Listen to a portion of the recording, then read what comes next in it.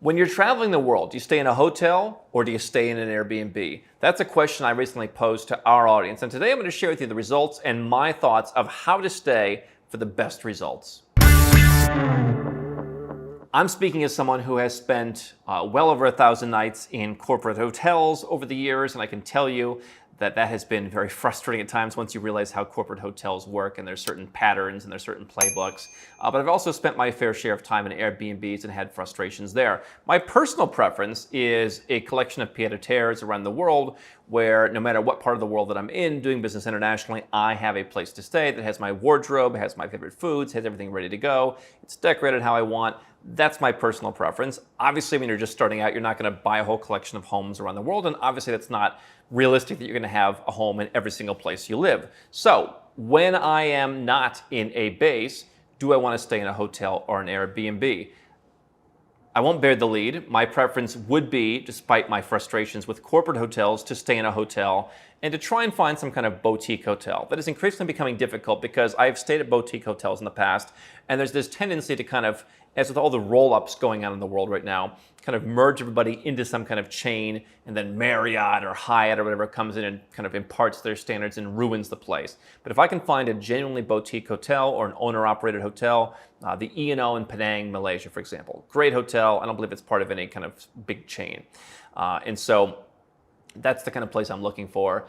And I'm going to tell you what to look for, what to avoid. I'm Andrew Henderson, founder of Nomad Capitalist. We have, over the years, helped over 1,000 high and ultra high net worth individuals legally reduce their taxes overseas, increase their freedom with dual citizenship, grow their opportunities around the world. You can learn more at nomadcapitalist.com. And if you want us to make a holistic plan for you on how to do all those things, we'll be happy to help. But while you are exploring the world, what we'll do with our clients, we'll say, all right, you want to find 1, 2, 3 different places to live? You've got to go explore. Here's 10 tax-friendly places you could move on 3 different continents. Go check them out. So do you choose a hotel or do you choose an Airbnb? Let me give you the good and bad of each. You have hotels. Security's better. That's one thing people said. Oh, the security's better. The comedian Bill Burr, whom I love, has a joke. He's like, I don't like a motel. Someone can just kick down the door. I'm at a hotel. Someone comes in with a gun. They start shooting. Yeah, you know what? You can hear what's happening in the lobby. You got a buffer. The guy can't make it up the elevator, so you've got security. Well, I hope it doesn't happen, but you have security. You have points. I happen to think most travel programs are overrated. Hotel programs better than airlines. With Marriott points, for example, you can transfer those to airlines.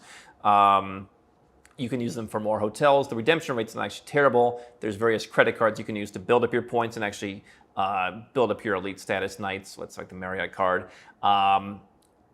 You're going to pay more at a corporate hotel. I had a friend recently who visited me, stayed at the Westin. I'm like, you could have paid half the price to stay at a better hotel and just not gotten the points. So don't get sucked into the points. What I like about hotels is they're easier to find. People, in some cases, know where they are. With the advent of Uber and Grab and all these ride-sharing apps, you have people who maybe aren't these grizzled veteran taxi drivers who know where every hotel is. But at least a hotel is easier to find. There's clear signage, there's lights. I mean, I've been to plenty of Airbnbs. The worst one was probably in Taiwan. I'm arriving at 2 in the morning to some Airbnb many years ago. He doesn't speak English. I don't speak Chinese. And it was just really hard to find this property. And it's like, I finally get him to call the guy. And it's like, oh, you didn't see the sign that was yay big on the buzzer, like off the sidewalk? It's like, no, we didn't. And so hotels are easier to find. You can check in any time. Right? It's not like, oh, if you come after 3 a.m., forget it. I mean, it's just easier to check in anytime you want. Obviously, the same check-in policies apply. What's cool about if you're at the really high levels of status is sometimes they'll give you a 24-hour window of your choice. And so if you're the highest level in Marriott, which you'll probably be miserable by the time you get there, but if you are, they have this Your 24 program where in cities where the flights are at weird hours, you can be like, hey, I'm going to check in at 7 a.m. and I'll check out at, 5 a.m. And so you don't have to pay for 2 nights if you're just coming in at these weird hours. And so it's nice that you can check in any time versus like, I'll leave the key under the mat that you have at some of these vacation rentals. Hotels are generally easier to cancel. I get it that if I'm renting out my Airbnb, I want some kind of stability. I don't know whether that's my problem as someone who's staying in the property. I don't want to be like, oh, if you don't cancel a month ahead, forget it. People have mentioned hygiene. I don't know that hotels are as clean as you think they are. The comedian Jim Gaffigan has some jokes about that, but who else was sitting on this couch?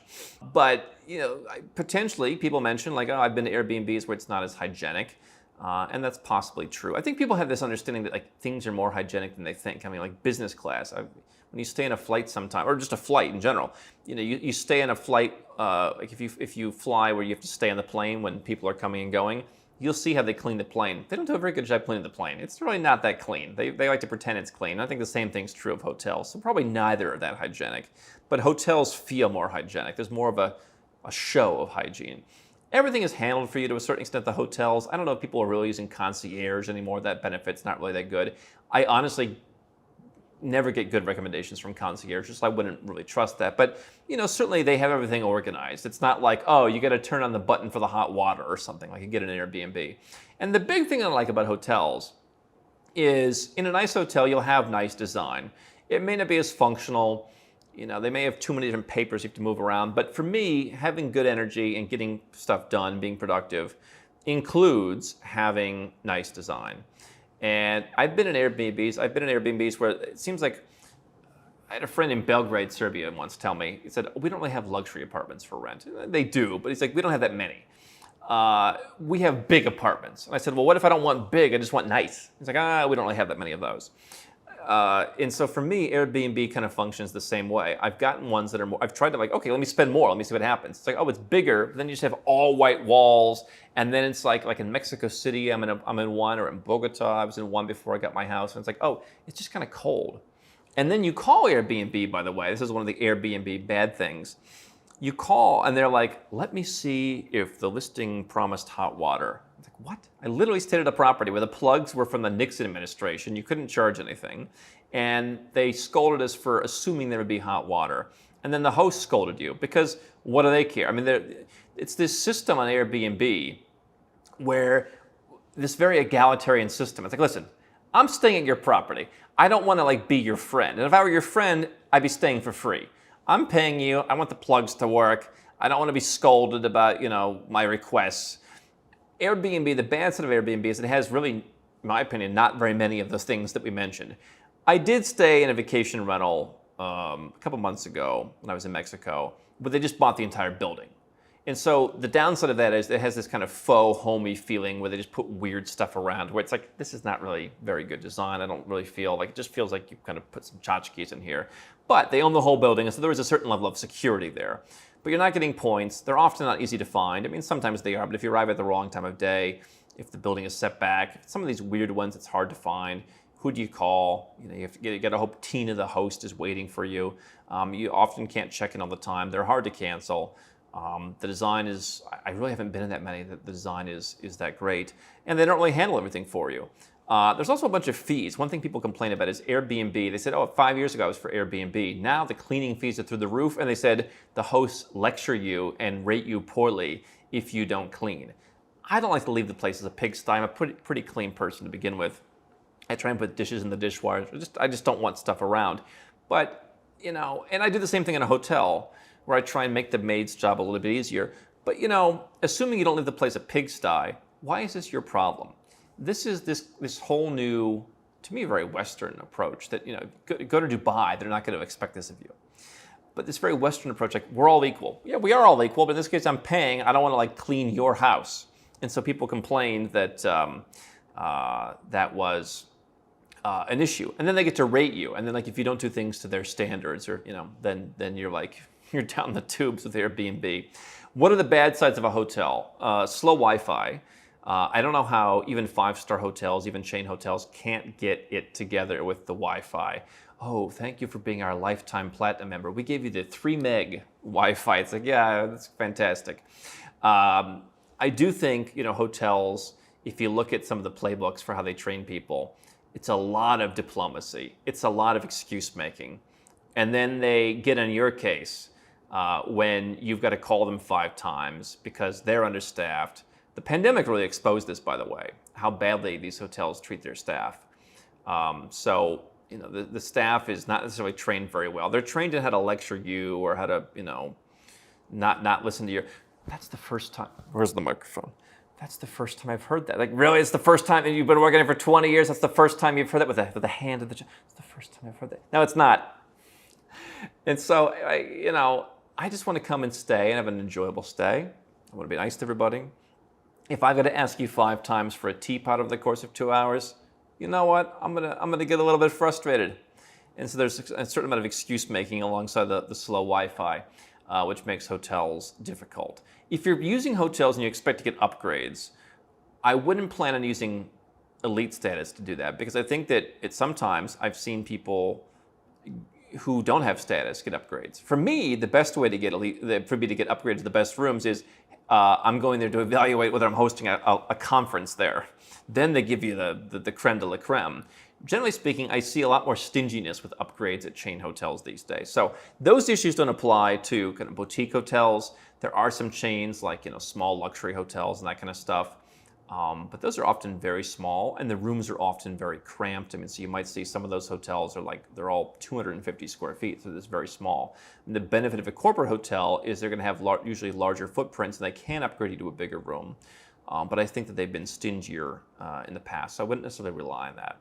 What's good about Airbnb is you don't have to deal with anybody, which again can be a blessing and a curse. But if you just want to get there and just get to business, when I was in Mexico at this vacation rental, it was nice, checked with the security guard. What I find, by the way, with both hotels and Airbnbs is they're generally, unless you've been there before, they're very focused on this check-ins at 3 p.m. And it's like, well, wait a second, you said the guest checked out at 10:30. Oh, yeah, we got to clean it. It's like, I get it. You just want to stick to the policy. I'm checking in at 3 p.m. I have not found Airbnbs to be better in that regard. But other than that, I don't have to deal with anybody. You just check in and nobody bothers you. That's kind of nice. I stayed at a hotel once for 3 months. And you certainly develop a relationship with the doorman, and it's kind of nice. But there's sometimes you feel badly because I don't want to talk to anyone, and the doorman's trying to be chatty and trying to be nice. And I'm like, dude, it's been a difficult day. Just leave me alone. So you don't have that in the Airbnbs. That's nice. You have the kitchen. People like the kitchen, although you're seeing plenty of kind of longer stay hotel chains come up with kitchens. This place I spent 3 months, they brought me certain stuff. They're like, all right, we'll bring you a teapot, we'll bring you some dishes, we'll help, we'll bring your food delivery up to your room. If you need stuff to do some light cooking, we'll bring that up. So, I think hotels can function for that. People mentioned they like the Airbnbs for kitchens. Obviously, Airbnbs can be kind of unique. Somebody said, oh, I stayed in a yurt once. I guess if you want to stay in yurts, or you want to stay in someone's Airstream, or you want to stay overlooking a cliff, that's cool. Obviously, Instagram has kind of ruined a lot of that stuff. Everyone's trying to go and get their pictures in the Airbnb. Maybe that's why I try and avoid these Airbnbs, because I feel like Instagram has kind of made it very cliche. Certainly nice hotels as well. But for me, I wouldn't fall for the siren song of the corporate hotel. I have lifetime elite status at one of the corporate hotel chains, but I find the boutiques to be much better. They're hard to find, but find a locally run hotel. If you can pay a little bit extra for a more expensive room, that's what I'll do, for example, at the E&O in Penang, one of my favorite hotels. If you're in Penang, Malaysia, you have to go there. And it's just fantastic. And I'll stay in one of the rooms with the beautiful ocean view overlooking the pool, and I will pay extra to make sure that's my room. And I've been there enough, they'll do that. I would avoid the siren song if I got to get my points. You're probably not going to get the love or the loyalty back that you're giving to a hotel chain. So if you're going to organically stay at, let's say, a Marriott's properties, they have a ton of properties to choose from. They're kind of the McDonald's of hotels, is what the hotel industry thinks of them as. If you're going to do it organically, fine. But I wouldn't go out of my way, as my friend did, to stay at the Westin and pay double and then have to deal with the policies. Getting a plate of fruit when you check in is not going to be as good as staying at the boutique hotel. So my argument is I want to spend as much time at this point in my life in a place that I control, which is a place that you own. You can't control a rental because the landlord won't want you to hang stuff or do certain things. And the landlord can kick you out. And if you're not there often enough, then what do? You're changing your lifestyle. Airbnbs, to me, not enough good energy in terms of design, even when you try and spend more. There's a few exceptions. I had a $400 penthouse for an event with somebody in Bogota once. Which struck me as a little bit aggressive for Bogota. But I think I would go to hotels, I would choose the boutiques, I would avoid chains if I could, and ultimately I would try and figure out where I want to spend time in the world and figure out, can I get residence or citizenship by buying property in one of these places. Property in a lot of places is going up in the world right now, outside of the Western world, and so that could be a benefit. I have one property where I allow certain people from the team to go there. It's an air hub. It's a hub, and so people go and use that. And I can tell you, I've benefited financially and in a lifestyle way from having a collection of pied-à-terres to avoid staying in hotels. But if you have to, choose the hotel.